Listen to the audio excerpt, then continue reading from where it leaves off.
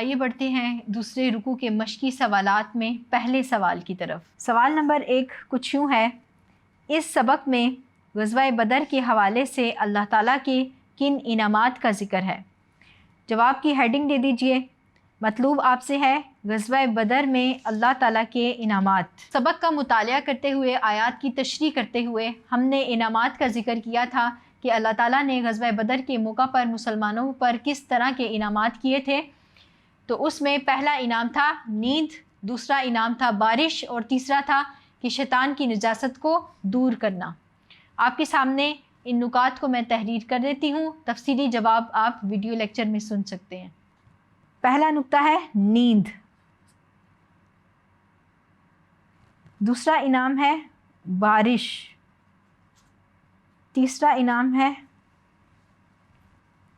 شیطانی نجاست کو دور کرنا۔ تو آیت میں ان 3 انعامات کا ذکر ہوا، نیند، بارش اور شیطانی نجاست کو دور کرنا، اور پھر اللہ تعالیٰ نے یہ بھی ساتھ میں فرمایا تھا اور اس کے ذریعے اللہ تعالیٰ نے مسلمانوں کے دلوں کو مطمئن کیا اور ان کے قدموں کو میدان جنگ میں جما دیا تھا۔ اس طرح سے آپ ان نکات کا ذکر کرتے ہوئے اپنے جواب کو مکمل کریں گے۔